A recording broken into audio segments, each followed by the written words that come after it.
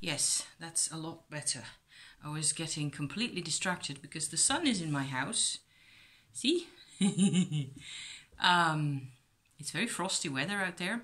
Today's Sunday, 19, 20, something like that. January. I didn't look it up and I'm not going to start again because I'm all excited. I'm so excited.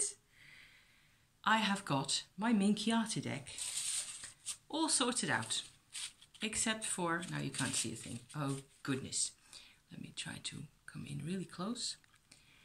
I'm just hoping that this will kind of be visible. It's just a couple of cards just for you to get an idea of what this 15th century Italian original deck, that's strength right there, looks like. Hanged Woman. Okay, you get the idea. This is what they look like. This is my size, so that's a nice size. Okay, haven't done anything to the backs yet. They are printed out from a website that I put up the link up to in my previous video, so I refer you back to that. It is a website in Italian, and it is about really this set of cards and the game that is played with it. So it's really a card game, and it's a completely different approach, of course, to what we think of as we would use this stuff for. And it's been on my mind somehow. Personally, I feel I am ridiculously fond of this deck. For some reason, it just speaks to me. It is somehow rather quiet in its presentation of things. That is one of the virtues right there. I am going to go into the differences between normal tarot and Minchiate. I was just going to, tell you a bit more about how this makes me feel, and especially how are we supposed to work with this? How can we, I suppose what I'm really trying to say is, in order for us now, 21st century card slingers, to work with this type of tarot, I think I have to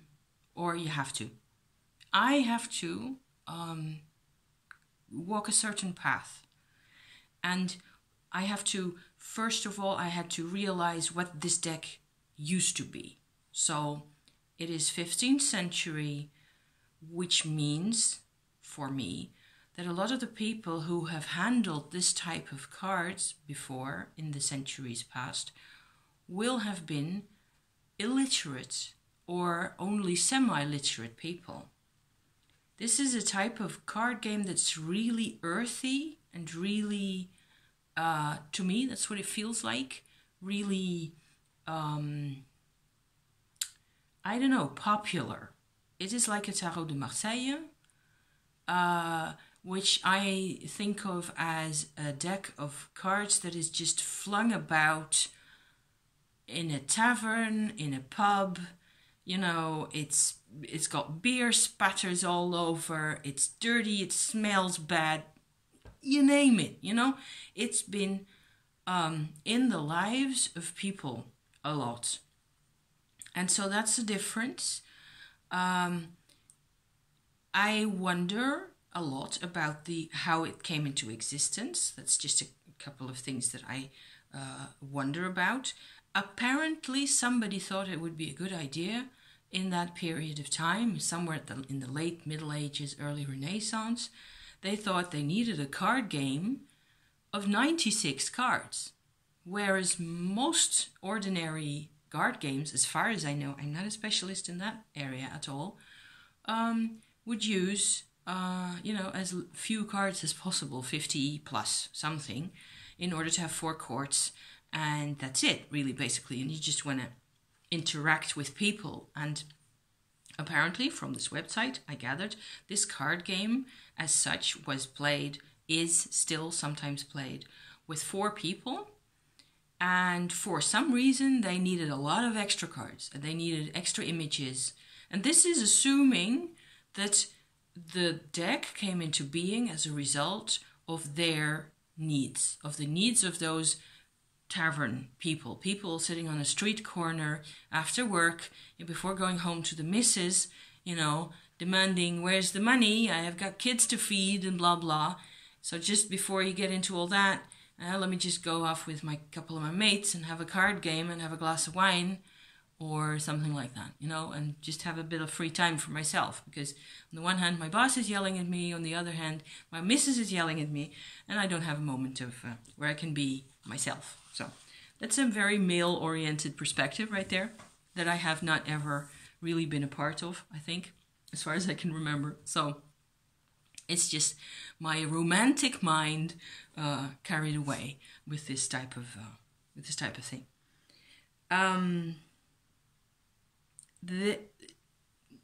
I wonder how many cards can you need. It's of course exciting and, you know, kind of tantalizing to us in the tarot business nowadays to look at all these from a divinatory perspective, much more, which is a completely different cup of tea and different tale. And I find that I can easily take that earthy, popular aspect into my tarot experience. I have worked with a mini version that I also made myself, printed out and made into cards last year. And I worked with them beautifully. I found that the additions to the traditional set of 78 that characterized the Minchiate deck really were really helpful to me. And that's the reason that I went back to this, and I went back and searched again for the third or fourth time, hoping to find someplace, some type of situation somewhere where I could find deck cards, a complete deck of cards, because in the mini version I had no minors other than the ones and the tens. So I had to sort of completely forget about that part of the deck and only work with, it's like an extended majors only type thing that it was. And it still worked. It was still very nice to me because I'm also an astrologer. And this is where we go over into the differences between Minchiate and normal, let's say differently normal tarot here going on. Basically what you get is minors, court cards for each. There is 2 knights in each, in the total of the court cards, that are the swords and the cups. Let me check whether I'm talking nonsense here at all. Yes, I'm talking nonsense. 4 knights, all of them actually, are actually centaurs of some kind. Let me try and put this in the sun so you can actually see it. That is the Knight of Bâton, wands right there. The Knight of Cups, winged centaur lion type animal, and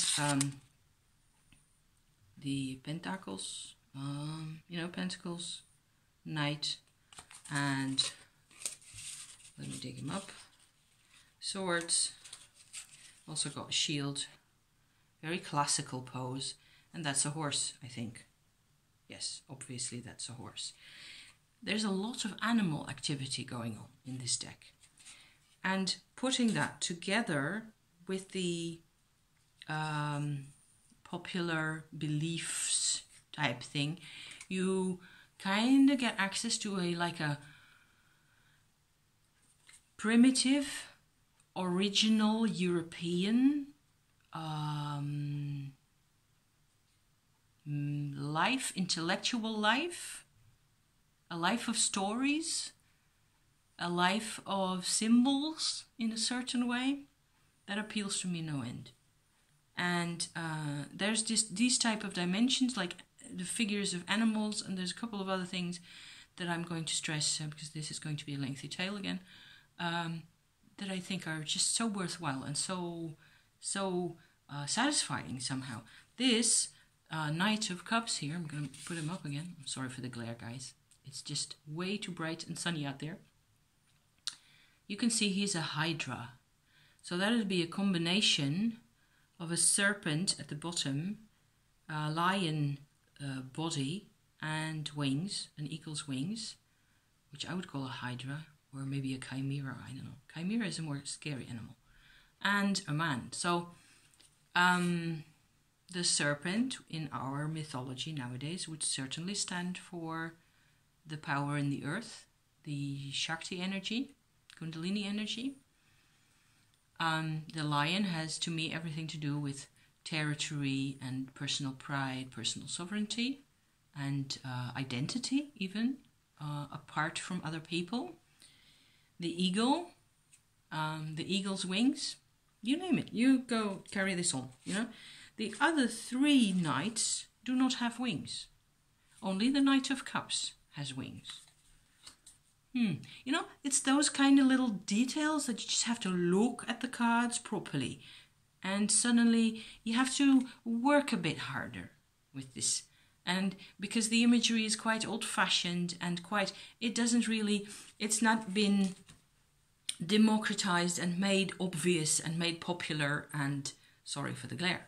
This is so scary. Anyway, looks like I've got radiant white hands now. Horrible. Anyway. We have two. This one has got hooves, but it's got a lion's tail, the Knight of Wands. I'm putting it like this, then you can see better. This looks like a complete lion, the Knight of Pent. I'm going to turn him around now. He's got like some type of a green girdle around his bottom, which green, pentacles, earth, yes, makes sense. And the Knight of Swords is basically just the, you know, your regular centaur. Firenze, Harry Potter style. So that's one element in these. The pages, I was mistaken just now talking about because I thought that the pages were, let me put them back the way they should be. There is my Page of Pentacles here. And I'm just going to take out these two now for an example. Of the pages, two are male, the Wands and the Swords. And hopefully, I'm saying this right, yes. The others, the Cups and the Pentacles, are females, female pages. See? So, I've been counting men and women in this deck. And it looks like they tried to make a more of an even distribution between men and women. Because somehow we get significant women in positions that we didn't really think of before. And then again, we also get extra males in the whole spread. Extra females, of course, the virtues. Distinguishable, all four of them, there's just four of them, by the kind of aureola or halo around their heads, like so. That is hope right there. And we have got Prudence, who looks in a mirror, which is kind of cool. Look at yourself, what are you doing? You know, that type of thing. And I have forgotten the other two. This is Caritas, charity. So Charity has like an eternal flame in her hand, which I think is nice. And those virtues are, of course, classical figures. It goes back to the Roman era even. So that's a different set that has been added on. And I find the virtues cards are helpful in spreads because they pop up now and again. And they kind of remind me of what I'm supposed to be paying attention to. Like the Hope card could be very easily paired to a Star card, for example, or a Chariot card, where, you know, it's like a little bit of advice / comfort, or, you know, don't forget to look at this aspect of yourself type card that I get then. That's how I find it really easy to work with them. And then, of course, we come to the astrological set, which is to me helpful because I work with astrology quite a lot. I can't imagine my life without astrology at all. In the order that you get the cards, if you print them, because they've all got numbers at the top, that is not the order of the zodiac. No how. So that's one of the reasons why I suggest that they just needed a ton of images, and no matter how they were going to, really put them together, they just needed to have 96 different images, and that's why we get all this stuff. So otherwise somebody would have thought, maybe it'd be nice to have the ram and the bull next to each other, and they're not in the. It's a jumble. The red backgrounds refer to the kind of numerical value that the card has in the game. And there's a couple of, it's like halfway through the zodiac, the background color changes. Their zodiac, not ours, not the star sign zodiac. And you get these lovely red backgrounds. I have a new cartridge in my printer, so they come out quite nice. That's the twins right there, Gemini, Cancer, bit of a. He looks quite. I can almost smell him. It's like seashell soup coming on lunch, that type of thing. I am not a vegan, in case you were wondering. Leo, love him, and quite expressive, quite Virgo with a two-tone different dress, and she has wings. So apparently Virgo is an angel. And she has got a blue scarf, a yellow shirt, she's obviously female, and a red skirt. And there's a couple of little cypress trees, probably, or poplar trees, which are also quite common in the north of Italy. And the sign of Libra, there he is, with what to me looks like a fox. So I was making up a little tale about this, going into my mythological animal symbolism vein of things. The fox is looking down there at a hedgehog. Now, I suppose the hedgehog would make a decent bite of lunch for the fox if, he manages to get around the spines. On the other hand, I've also somewhere in the rather remote past read that the hedgehog is really a symbol for the female sexual organs. So there's a lot more in our European culture, in Southern European culture. So it was, or it is still, a symbol of that. There's a lot more going on beneath the surface that we also, me certainly, either have never encountered or have completely forgotten that it's part of things. And maybe sometimes it's just supposed to be funny, which wouldn't surprise me at all. Scorpion, astrological sign, with what to all intents and purposes looks like a bathtub ducky. Hey Simon, maybe you see this at some time. That would be cool. Hi there. Sagittarius, definitely a hunter. And he's got what looks like a boar to me on the floor next to him. And he's not shooting at him. Capricorn. Aquarius. I like this Aquarius figure. He is so, plain and simple, watering his plants and paying attention to, what's in front of him. He's got a sickle as well. So he's also harvesting at some point, looking after his garden, which is a lovely interpretation of the symbolism behind the sign of Aquarius. Aquarius are really looking at things in the long term. So, always more stuff to pick up on. Pisces, the last of the astrological cards here. Number 31. So, lots of numbers, and of course I kind of had to redo the order because I have to work with these in an order that I can actually relate to best. And I don't belong to this culture where this came from. The culture is actually long gone. And I will try and find a bit more information about how the game is played, and we see where we get from there. But it's not really important now because the images are so powerful, like this chariot image, for example. This is a classical major representation, really. Fairly obvious chariot, number 10. That makes no sense at all to us, but never mind. I see that it is a female figure in the nude with some type of veil and 2 horses. And I see this very much, I kind of relate to this very strongly as a higher self figure, part of consciousness. So that's really easy for me to feel my way around this card. I love the chariot cards, I always do, but this one really looks so joyful. And I see our higher self most definitely as the part of us that is closest to joy, to cosmic joy, Ananda, if you like to call it that. So there's a couple more cards that are quite different in their representation. This card is the Lovers.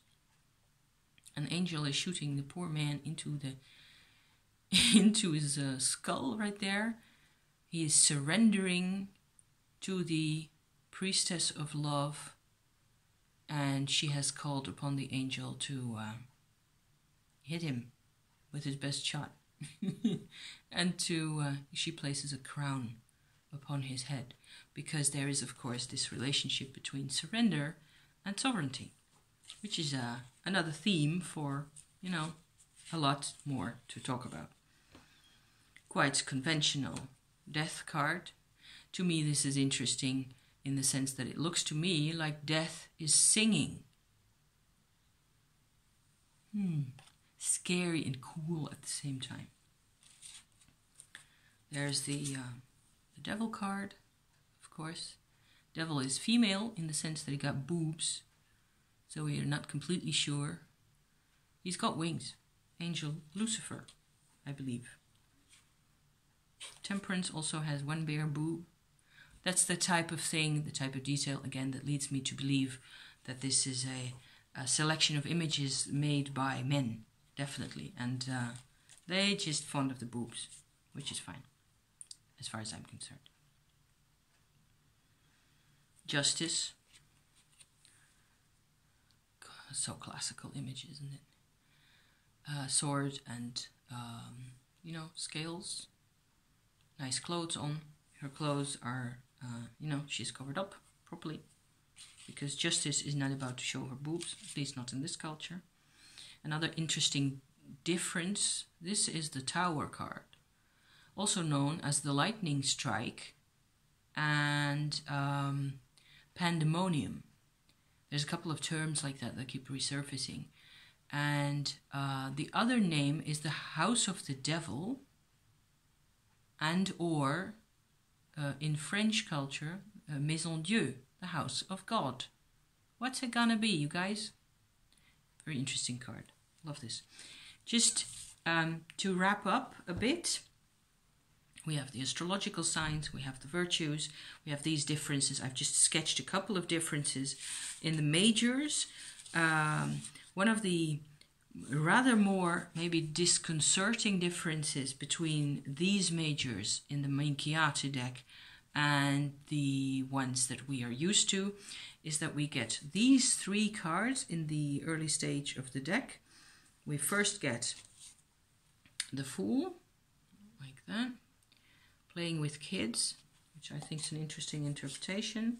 It's also very old school and completely, The Magician, who is in the Italian terminology at some point even referred to as a baker. Isn't it interesting divergence on the theme of the Magician? After those 2, we get these 3 in order. The Great Grand Duke, I should say. That's this one. And he does not have a beard, and he has a globe and a staff. The Emperor, who has got a beard and a globe and a staff. and there is a little eagle sitting on top of the globe. And there is this mysterious card, who is actually called the Empress most of the time, which is probably a case of, you know, them getting the term from elsewhere and applying it to this card. These are the names used for the cards in the game. Mysterious. For an Empress, he's got quite a luxurious beard and a staff and a globe and all the rest of it. So it looks like they couldn't find a proper Empress card, and they made do with this one, which makes no sense at all, because all the images are perfect. The anatomy of the figures is good, and the drapes of the clothes are great, and you know, it just looks fine. So I'm not buying that. I am kind of tempted to see this. You know what? I'm tempted to see this set of 5, they're called the 5 popes, really, in the game also, as stages in development. And then what is really the number 5, the so-called Empress card, would really be a grand old man type card. So, you know, somebody who's also achieved this position, who is secure in his position, or he is about to pass on his inheritance of, you know, might and glory and power and possessions and money and all that. Hippo money. So that's about those 3, really, or 5, depending on how you look at it.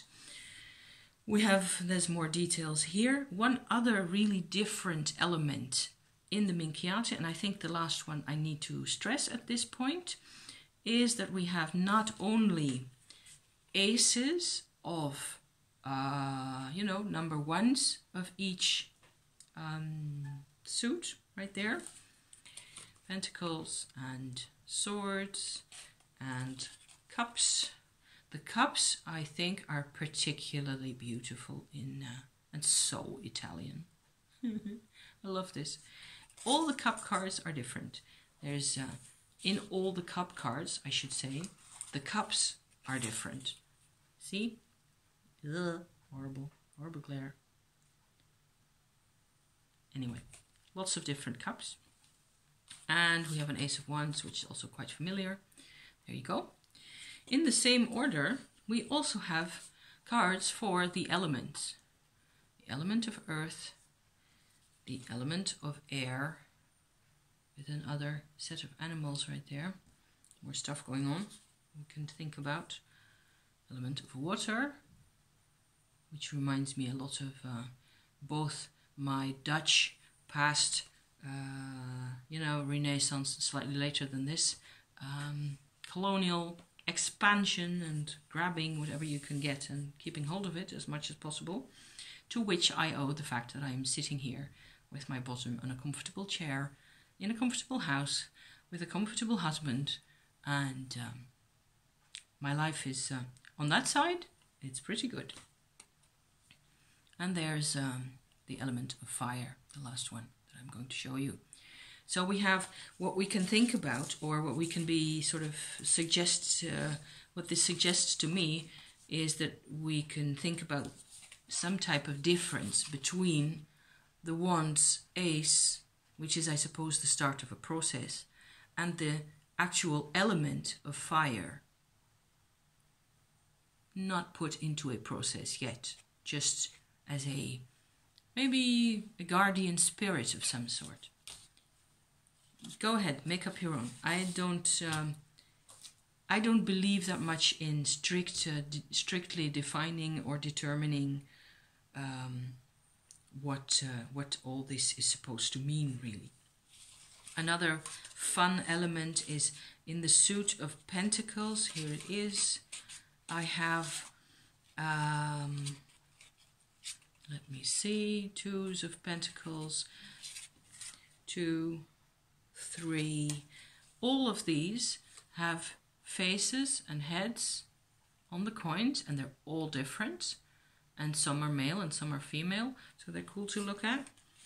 And of these, only the 4 of Pentacles is actually a picture of a character sitting on the back of an elephant And it looks like he's going to stab him, which sounds scary to me.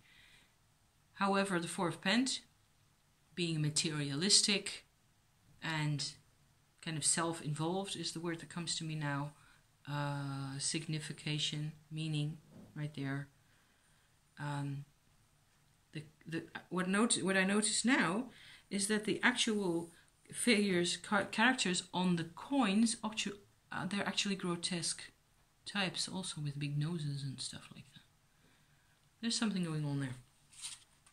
Of these, they're all human characters and they can all be looked at, and they're all males and females mixed and so on. They're all different. It looks like there is not a single face that comes back in these. And this is the Nine of Pentacles, and it has birds. Isn't that pretty? So, more can be said. I'm going to leave it at that. I want to address slightly the point of how I made these. I print them out on regular A4 paper. The color that you see on the cards is exactly that which comes out of my printer. I glued them onto cardboard that I bought in the shop. Big sheets, quite cheap actually, in a palish sand color, like that. That's the color. That's more or less what it is.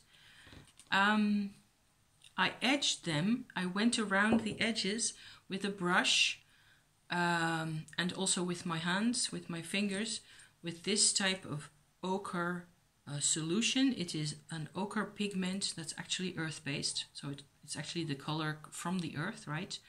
With gum arabic and hot water stirred up. Made it a couple of months ago, still works fine. And I edged them on both sides, you know, just to have a bit of an edge.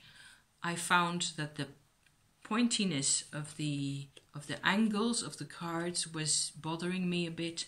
So what I did is I sanded those. I just went, you know, a couple of times like this over with sand, fine, rather fine, not polishing, but fine sanding paper. And so you get this. And the result of this all really looks like it is something that has been used for a very long time. What I also did is I rubbed them around the edges extensively with a mixture that I made with, that has actually got fragrance in, beeswax and coconut oil that I use sometimes for hand cream or something like that, especially in frosty weather like we have now. And that was still in my room, and I just thought, oh, that's exactly what I need, because it kind of made the cards a lot softer to handle. So you just have to, you know, figure out ways. And they're actually, it's possible to shuffle them like this, more or less, in portions. So in, like, if I cut the deck in half, I can work with that in that way, because, you know, 96 cards, it's a lot, and I have the total of the deck then looks like this. Okay, so I hope you like this, my little review of the Minchiate deck. We are half an hour in, a little more. It is not possible to riffle these, not at all, because that's not going to happen. The cardboard is slightly bent over, you know, like that. And you wouldn't do it if they were really old. You wouldn't treat them like that either. But yeah, so I'm really looking forward to getting better acquainted with this deck in this fashion. And it would certainly be one of my desert island decks by now. I am so fond of this, it makes no sense at all. I suppose it's old Europe, so of which we do not really have that much, because everything has been layered over again and again, and often we do not know anymore what we have got. So because getting and what we have in the bank, you know, that tends to count for more than anything. That's what we talk about. So that ends my Sunday sermon today. I hope you like it, and I will be coming back this week at some point to talk about Shakti energy again, because there's a lot going on there that I need to, that I really need to talk to you guys about. So, thank you for watching once more, and I love you to pieces, and I hope you have sunshine wherever you are. Bye bye for now. Thank you for watching.